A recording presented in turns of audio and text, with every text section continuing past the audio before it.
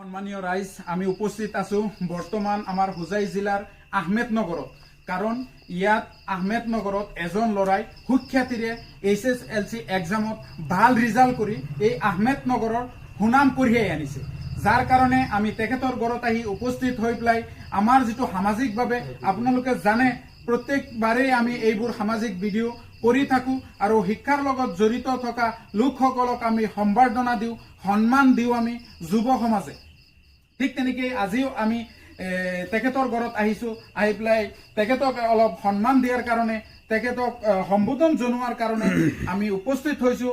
কাৰণ তেখেতে সন্মান পাবলগীয়া যোগ্য এনেকুৱা এটা কাম কৰিছে, যাৰ কাৰণে আমি সকলোৱে একত্ৰিত হৈ পেলাই তেখেতৰ ঘৰত উপস্থিত হৈছোঁ। বৰ্তমান আমি জানিম তেখেতৰ ৰিজাল্ট সম্পৰ্কে আৰু সবিশেষ তেওঁৰ সম্পৰ্কে আপোনালোকক অৱগত কৰাম। তোমাৰ নাম? দেউতাৰ নাম? কোনটো স্কুলৰ পৰা দিছিলে পৰীক্ষা? ৰিজাল্ট কি হৈছে? Division percentage 63। তুমি যে পঢ়িছা, ইমান এটা ভাল ৰিজাল্ট কৰিছা, সামাজিকভাৱে আহমেদনগৰ ভূঞাপট্টিৰ ৰাইজৰ হৈ পেলাই আমি সন্তুষ্টিত হৈ তোমাৰ ঘৰত আজি উপস্থিত হৈছো। তোমাক আমি সম্বৰ্ধন জনোৱাৰ কাৰণে, সন্মান দিয়াৰ কাৰণে। কিমান সময় কৰিছিলা? ৰাতি 9টাৰ পৰা 12টালৈ। 9টাৰ পৰা 12টালৈ 3 ঘণ্টা। তুমি বৰ্তমান যে ইমান এটা ভাল ৰিজাল্ট কৰিলা, ধৰা এই ৰিজাল্টত তোমাক কোনে বেছি সহায় কৰিছে? মোৰ দেউতা, মাকে। টিচাৰসকলে? টিচাৰসকলে আইডিয়াজা ছাৰ, ফজুল ছাৰ, তেখেতসকলেও সহায় কৰিছে।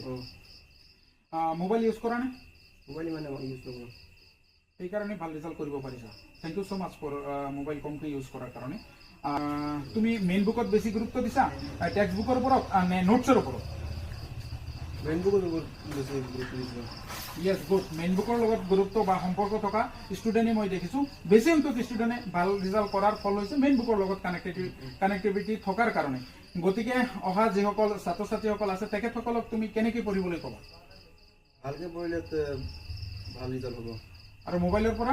মোবাইলৰ পৰাতো এনেই মোবাইল চোৱা হয়, পঢ়া নহয়।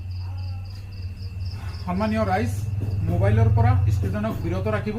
কাৰণ মই ভাল ভাল ষ্টুডেণ্টৰ ভিডিঅ' বনাইছোঁ আৰু আপোনালোকে দেখিছে, আপোনালোকে চাব ভিডিঅ'বোৰ। প্ৰত্যেকজন ষ্টুডেণ্টেই কিন্তু কৈছে মোবাইল প্ৰয়োজনীয়তহে চাব বা গাৰ্জেণ্টে যাতে দিয়ে। ভাল ৰিজাল্ট যদি আপুনি আপোনাৰ ষ্টুডেণ্টৰ পৰা পাব বিচাৰে, মোবাইলৰ পৰা ষ্টুডেণ্টক দূৰত ৰাখিব, তেতিয়াহ'লে ভাল এটা ফলাফল আশা কৰিব পাৰিব। গতিকে এইখিনি আছিল। বৰ্তমান তেখেতক আমি সম্বৰ্ধনা জনাম। আমাৰ ইয়াত লগত সমাজৰ লগত জড়িত হৈ থকা সমাজ কাৰ্মিক হিচাপে চিহ্নিত হোৱা আমাৰ ইয়াত তেখেতক